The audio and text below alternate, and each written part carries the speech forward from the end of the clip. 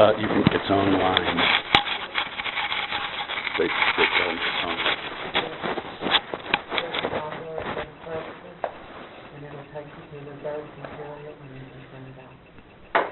Okay. Last time we were talking about the second question, I think, or the second definition, right? That a myth is a story that expresses figurative truth or truths. And we had talked about how frequently people think factual truth is the really good, is the real goods, whereas figurative truth is not. It's just fanciful, whimsical stuff. The fact is that figurative truth is often more profound than factual truth. Now, one of the things that figurative truth obviously uses is figurative language to express the figurative truth. What is figurative language?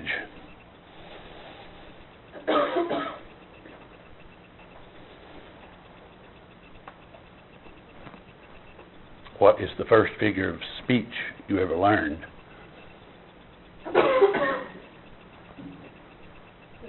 Simile. Thank you. You get an A. Okay. And what is a simile? It's a figurative device using a comparison, really. Only it's an explicit comparison. This is like that. What is just an implicit comparison?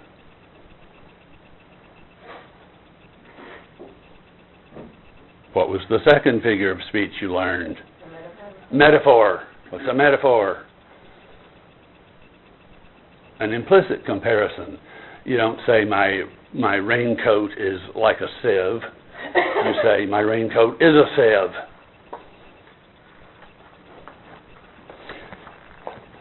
Okay. Robert Burns in a poem. My love is like a red, red rose that's newly sprung in June. My love is like a melody that's sweetly played in tune. That's figurative language expressing a figurative truth. What is he talking about? Love, meaning what? It's fresh, it's new. Well, no, what is love? What is he talking about? Emotion. No, that doesn't make any sense, does it? My emotion is like a red, red rose. Feeling. Passion. What? Passion. Passion. No. That's included. My lover? Lover. Girlfriend. Yeah. I always have, my daughters. Hey, love. While you're up, get me a scotch and water.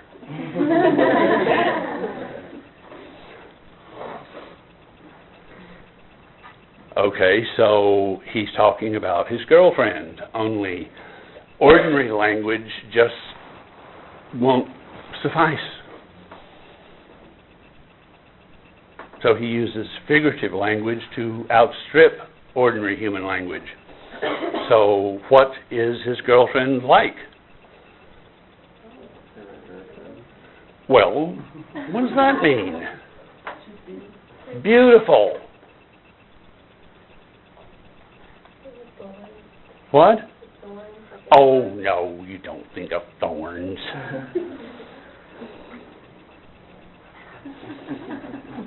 That would be like Richard Herrick. My mistress's breast is white as snow and just as cold. No.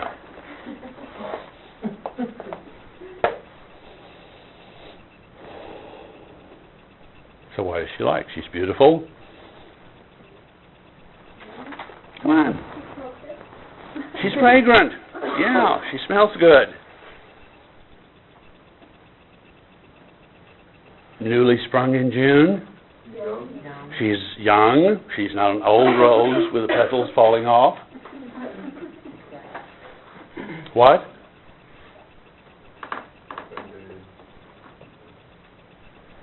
What? How does a rose feel? Delicate. Yeah, so she's a petal-cheeked honey of a gal. What else? What is red an ancient symbol of? Love, passion. Only what color is she? Is she just a red rose? She's a red rose. Mm-hmm. Yeah.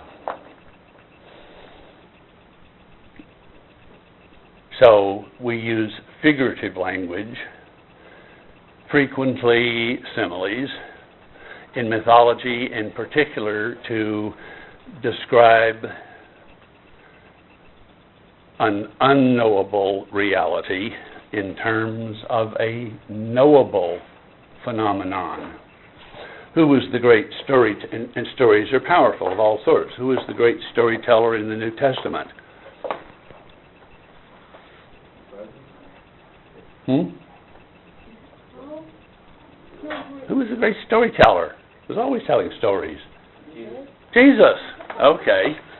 Now, in one of the Gospels, I think it's John, he makes the statement, God is love. Now, what does that mean? Could you write me a paragraph very quickly on that? 3 minutes? Well, he didn't think his disciples would know either. And so what does he do almost immediately afterward? He tells a story. And he tells the story of the prodigal son. What, you know that story? Yes. Who was the prodigal son? The son that went away from home. All right. He was a son who lived on a farm and was bored and went to his dad and said, I want my inheritance now. And his father gives him his inheritance, and he goes off to the city where he lives a dissolute life, gambling, womanizing, drinking the hard stuff instead of Dr. Pepper, and blows all of his money, all of his inheritance. He's destitute. How destitute is he? What? He's jealous of the pig. Not jealous. He eats at the trough with the pigs. Now, what is his ethnicity? What is his ethnicity? What ethnicity was Jesus? He was a Jew. Okay, what's the Jewish attitude toward swine? They're unclean. And there he is, eating out of the trough with the pigs. He has sunk to about as low a level as a Jew could sink. And he's desperate. And it occurs to him that if he goes back home, maybe his father will give him a job. Never occurs to him that he'll take him back in as his son, but maybe he'll give me a job. And so he goes back home, and his father happens to be looking out the door as he's walking up the sidewalk, and his father rushes out and embraces him and throws a barbecue. He took him back. Now, who is that father? God. That's one of the most positive images of God you'll find in the Bible. Some of them are really nasty, vengeful, vindictive, vicious. but that one is extremely positive.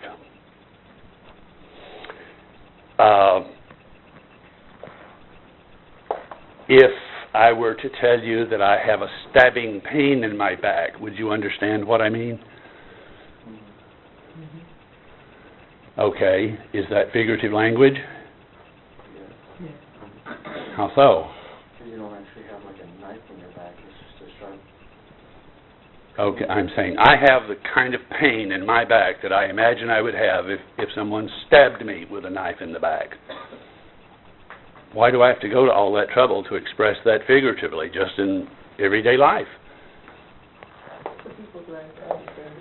Well, is there any such thing in reality as pain? Any more than there's any such thing as a line. If you have a pain, could you go, well, open this drawer and say, I have a pain and mine is like this one? No. So we have to talk about it figuratively. All right.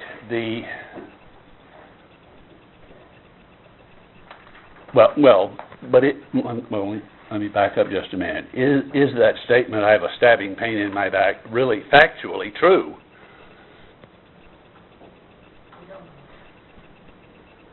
One of my, I don't know, it's just been sort of a hobby in my lifetime, reading police reports. And over the years, it amazes me how many people get stabbed in the back, usually, and don't know it. Some guy will get mugged, stabbed in the back, he walks into his office, and his secretary says, hey boss, you have a shiv in your back. Oh really? And they invariably say that it feels as if someone hit them with a blunt instrument, or with a fist, or an elbow. So it doesn't feel the way we imagine it would. In fact, do we care? Do we care? No, that's emotionally satisfying to us, isn't it? Imaginatively, not emotionally. Imaginatively satisfying to us. Okay, what was the third?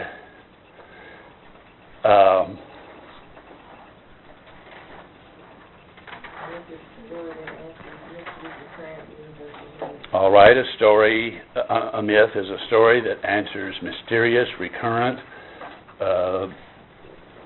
universal human experience. These are stories about experiences that have happened everywhere since the beginning of time.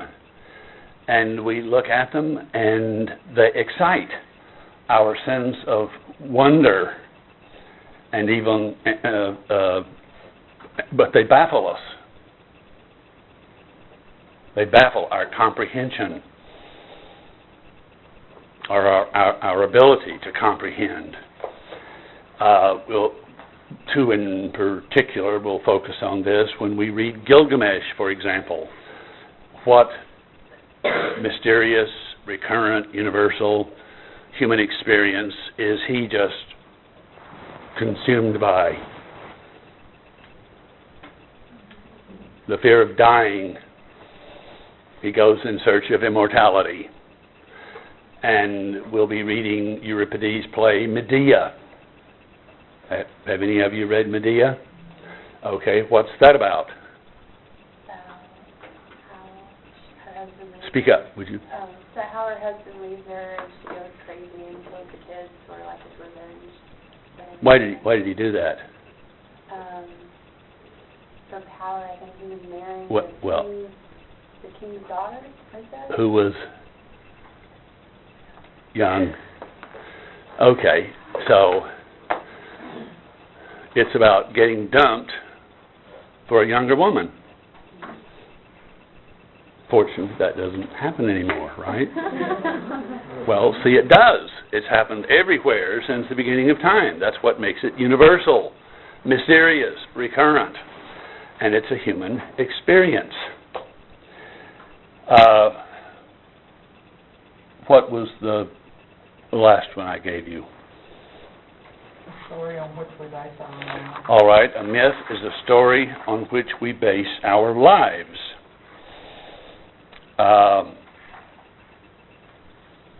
Now, that's sort of flat-footed, but I think it's you guys superstitious? I don't believe in superstition. It's bad luck.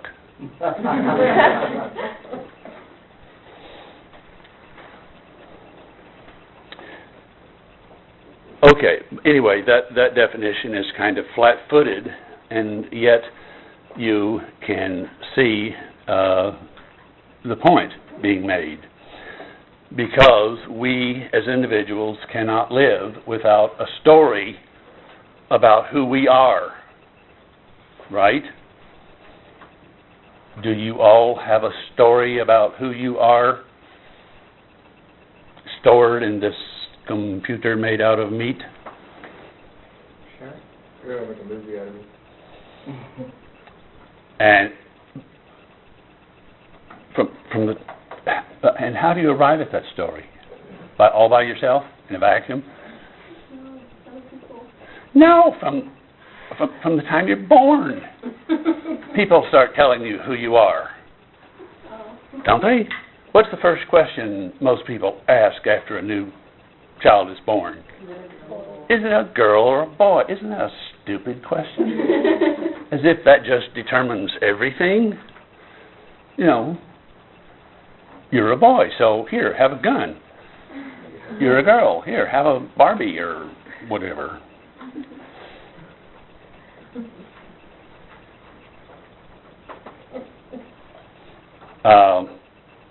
We also, we get them from all sorts of people, places. We get them through the mass media. Well, the mass culture, but mainly through the mass media. But we get them in the form of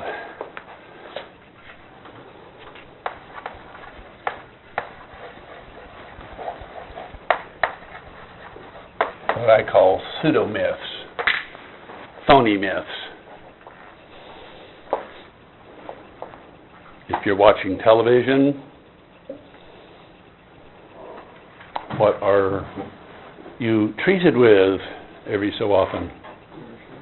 More often than you like. Commercials, advertisements. Yeah. Now, what are those for? They give you they try to tell you really who you are, don't they? You've seen the commercial with the sexy, luscious woman, Andie MacDowell or Heather Locklear with the thick, luxuriant hair, who says, I use the best hair coloring in the world, Preference by L'Oreal. Why? Because I'm worth it. Now, if you're a woman, what question do you get jabbed with? Yeah, are you worth it? What is your sense of worth? Are you worth it? What do you use? Easter egg dye, maybe? Well, I think enough of myself to use Preference by L'Oreal.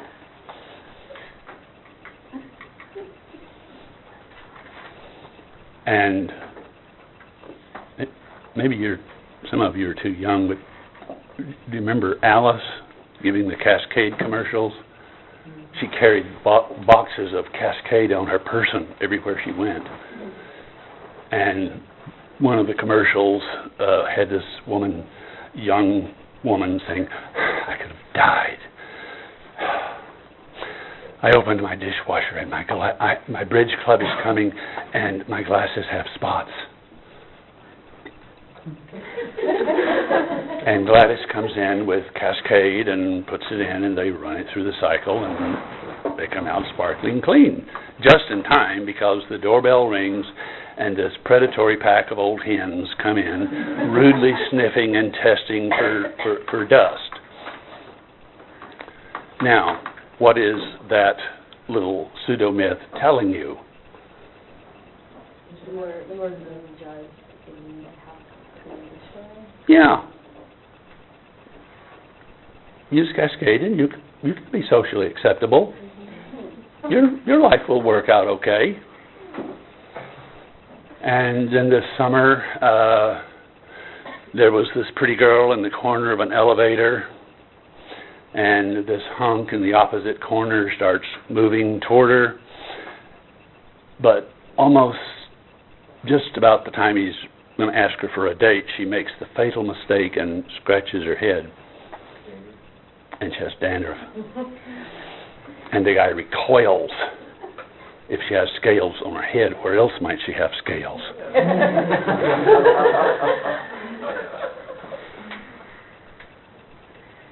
Well, what does she have to do? Buy... Is it Head and Shoulders? I couldn't remember whether it was Head and Shoulders or Selsun Blue, one of those anyway. And again, she'll get the date then. So the more you watch these ads, the more, and really watch them, the more you realize that they're not just trying to sell you things, which of course they are, but they're appealing to your anxieties and to your longings. And they're saying to you, we can assuage your anxieties. We can satisfy your longings if you do what we tell you to do, buy what we tell you to buy.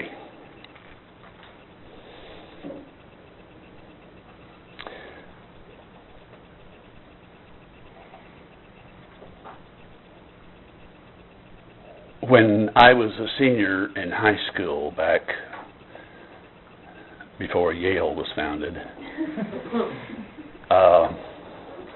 I went to A&M Consolidated, and all the senior boys met with the counselor for a talk.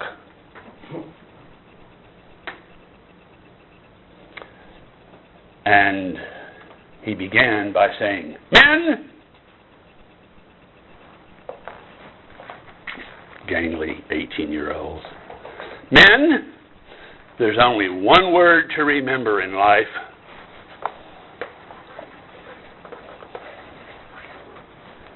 Win." He was also the football coach. And he went on to tell us how, as men, we could expect to die prematurely before our wives, because men had to make all the tough decisions. And in 1960, that, it's a different world, believe me, it really is. So, in other words, he was saying, mythologically, that the role of man is to slay monsters. Well, he didn't mean literal monsters. He was talking figuratively. What did he mean by monsters?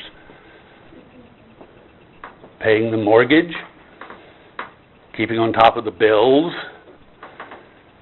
maintaining some kind of social status. That was up to the man. So we were told we could expect to die prematurely. Great news.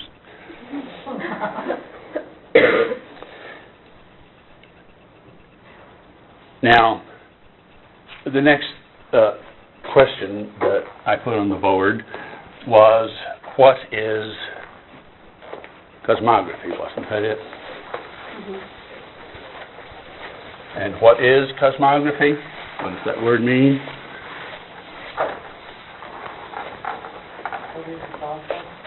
I'm sorry? Study of the cosmos? No.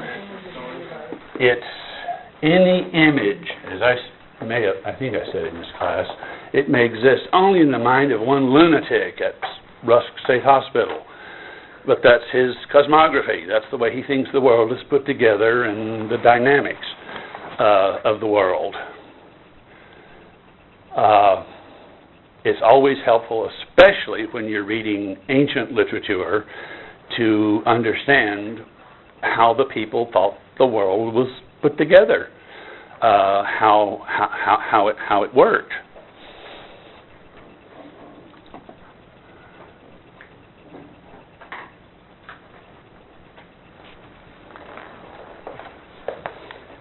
The Greeks,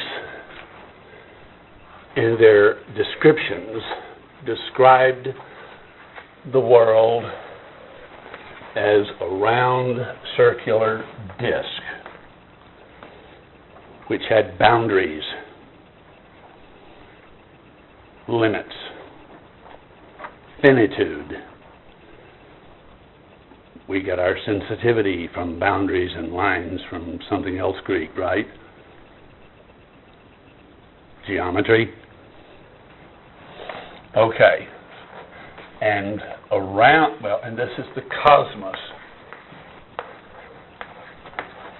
Now, I think I told you that cosmos denotates the world, the universe, but what does it connotate?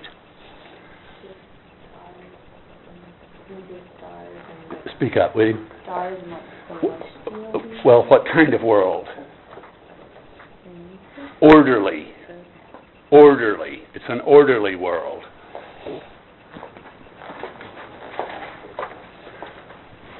Now, surrounding the cosmos is an ever-flowing river all the way around called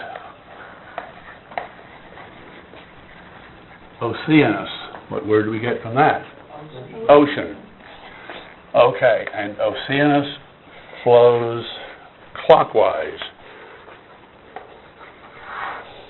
and pretty much separating the world, or the cosmos rather, is what the Greeks called Pontus. Pontus means, in Greek, sea.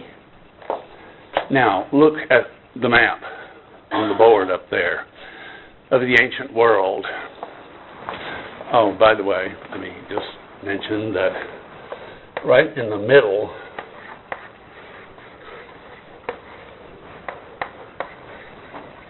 was the Oracle of Delphi, which was the most sacred shrine in the ancient world, presided over by Apollo. And the Greeks and other people in the Western world believed that it was the center of the universe. Okay? Now, if you were to take a compass and put it at Delphi, here we are, Delphi, and draw a circle, what would form the sea that runs between, cuts it in half?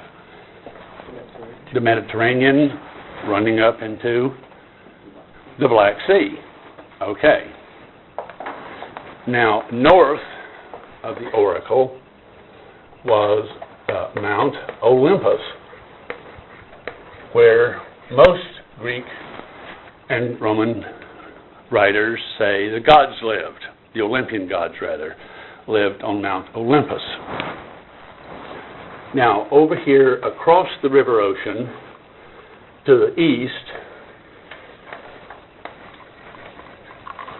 was the palace of Helios. Who is Helios? The sun god? The sun god. Okay. Now, every morning, Helios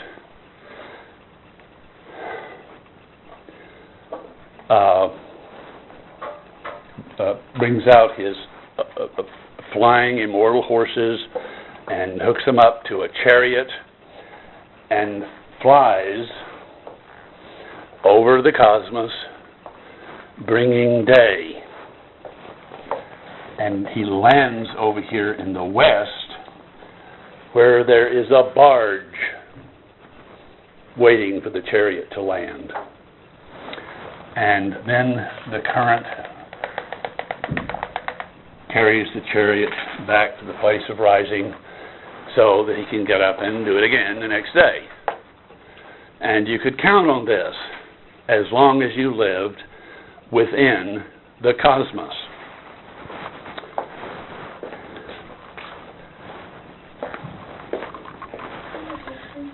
Now, I'm sorry? Yeah. What did you say the census was again? The what?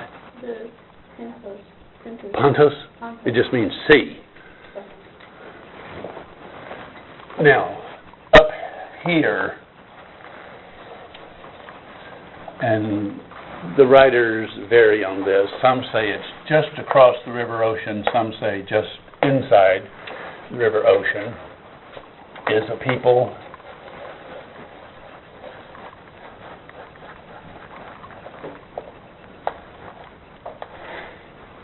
called the Hyperboreans.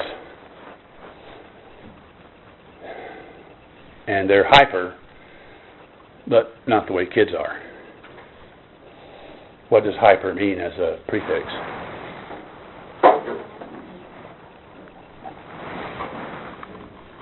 Above, beyond, behind. And who is Boreas? Ever hear of the Aurora Borealis? The northern lights. Okay, Boreas is the north wind. So where do the Hyperboreans live? Behind the north wind. That's pretty damn far north, isn't it?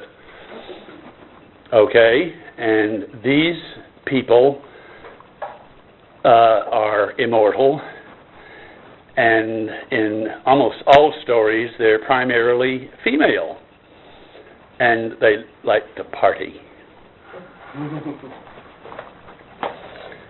Now, down here, again, according to most writers, not Homer, as we'll see, in the southernmost part of the cosmos,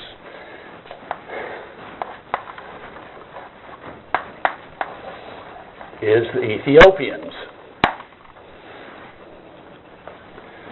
And this really has nothing to do with modern Ethiopia.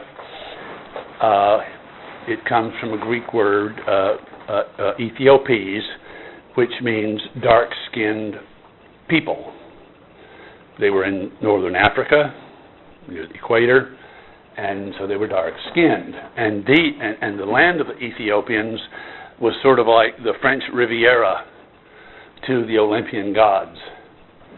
If you called Mount Olympus and asked to talk to Zeus or somebody on a weekend, and his social director said, "I'm sorry, he's gone for the weekend, call back Monday," where could you be pretty sure he was? Down there vacationing with the blameless Ethiopians. All right. Over here also to the west, across the river ocean out here, is the entrance to Hades,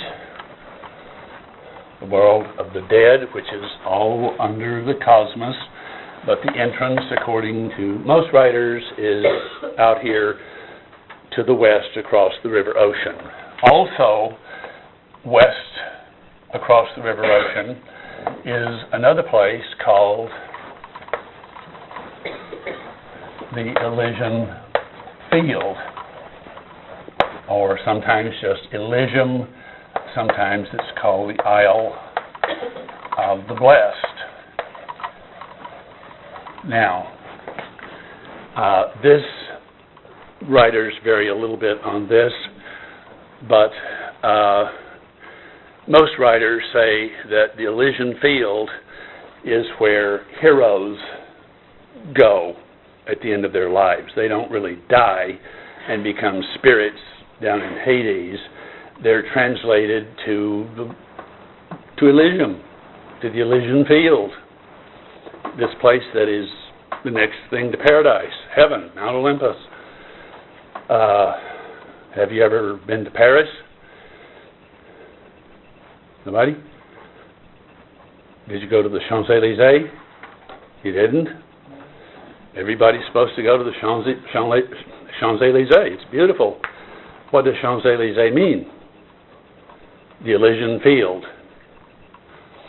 The Elysian Field in French. Okay. Have you ever seen an image of the Elysian Field? How many of you saw Gladiator? Now, twice. What was his name? The Russell Crowe character almost died. Well, the second time, at the end, he does die. But what does he see as he's on the verge of death? Like a field of wheat. Yes, a field of wheat, and the wind is blowing. It looks like waves of water almost, and his family is there. It's a joyful place. And so you didn't know it, but you were looking at the Elysian Field. That's where he figured he was, or knew he was going. Okay, now, out, all surrounding the cosmos, above it, below it, all around it, is chaos. What do you know about, what is chaos? What do you know about chaos? Ever watch Get Smart? You know chaos is bad if you watch Get Smart. What is chaos? Unknown. Hmm? Unknown. Unknown. No? Anarchy, yeah. Disorder. Disorder. And the river ocean divides the rational world from the irrational world. And chaos is not just a place, but a force, that, like a natural force, like gravity or something, that's always trying to find a chink in the cosmos and get in and wreak disorder. Because nothing pisses off chaos like order. And so this means then that the cosmos and man, people, we, live under the constant threat of what? Disorder. Yeah. Is that true? What if you were just to let everything go to hell for a couple of weeks? Do nothing. Your life would be hell later, wouldn't it? Certainly would, yeah. Okay, so it's the constant threat to chaos. To cosmos. Now, out here in chaos, but not the same as chaos, lives Moira. Did you hear me? No. Moira. No. Moira. Why do I have to whisper her name?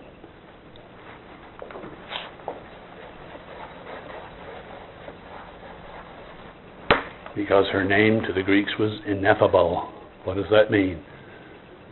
You don't say it. You don't pronounce it. It's too sacred, too spooky, something. You just don't. So they didn't talk about Myra. Instead, they personified Myra as the three fates. Do you know the three fates? Clotho, Lachesis, and three is Atropos.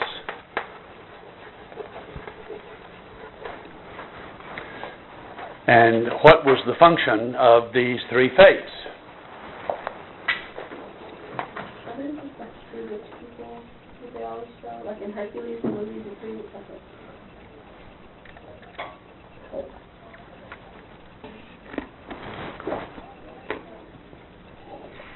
They determined your life or your fate. Have you ever heard the expression, his life is hanging by a thread? Well, the Greeks would have said, no, you're not quite right. You see, your life is a thread. Now, what was the job of Clotho? She wove the thread or the fabric of life. Cloth comes from her name. And what was the job of Lachesis? She measured it. And Atropos? She cut it. So you've got this length of thread. What did they then do with it? They put it end to end and formed a circle. Like this one. And say you had enough thread to make a circle that big. And you are bound to live within that boundary. Our word fate comes from the Latin word fatum, which means bound. Bound. Okay, so you're within your circle and you move out, bam, bam, bam, bam, bam, bam, bam. Not much room for movement, is there? Have you ever noticed that some people are extremely intelligent and conscientious and that's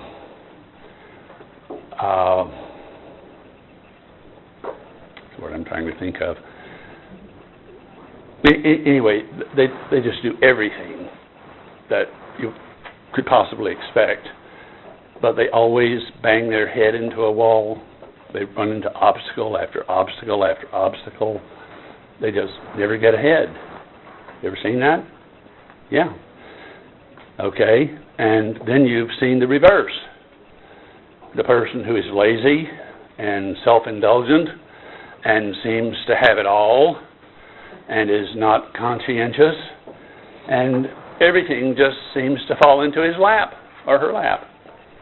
How do you explain that? Well, the Greeks explained it by saying that in the second case, when Clotho spun the thread and Lachesis measured it, they just kept spinning and spinning and measuring. And when Atropos finally cut it and you put the ends together to form a circle, it formed a circle big enough to pass the 5-story Ferguson building through. Now, how likely is that individual to run into obstacles or boundaries? Not as much. Okay. Now, just as an individual had to live his life within this boundary, a mortal had to live his life within this boundary.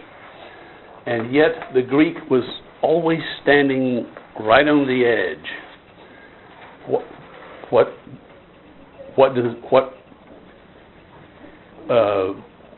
important feature does our culture get from the Greeks?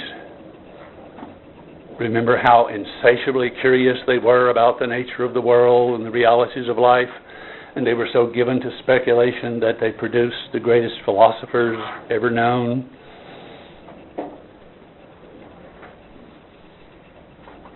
They were intellectually curious.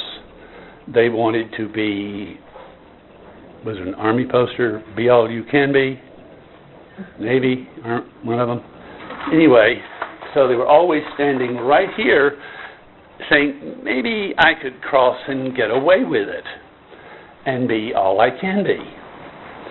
But whenever a mortal crosses that boundary, there are tragic consequences. Tragic consequences. And we find this idea in not just Greek and Roman myth, but Hebrew, Babylonian, and many, many others. There's the line, don't cross it. And when we read Genesis and the story of the fall, well, before the fall, even before that, what does God say to Adam? What prohibition is there? Don't leave the Garden of Eden. You can eat anything you want, anything at all, except for the fruit of that tree. There's the line. Don't cross it. And when it's crossed, are there tragic consequences? Mm-hmm. And the old man of the sea. Are we out of time? Did you still read The Old Man in the Sea in high school? But Santiago, the old man, the fishing was bad, and so he went way, way out in the sea and to catch marlin. And he must say 15 times in that short novel, "Old man, you went too far out, beyond the boundary of permitted aspiration." And he is successful in that he catches a marlin, but the sharks attack, and he tries to hold on to it until the ropes just rip the flesh off his hands. There's nothing but bone. And he gets it back to shore, just the skeleton. And so he's won a moral victory, but he gets off the ship, and what happens? He lies down and dies. Okay, we'll pick up there next time and start classical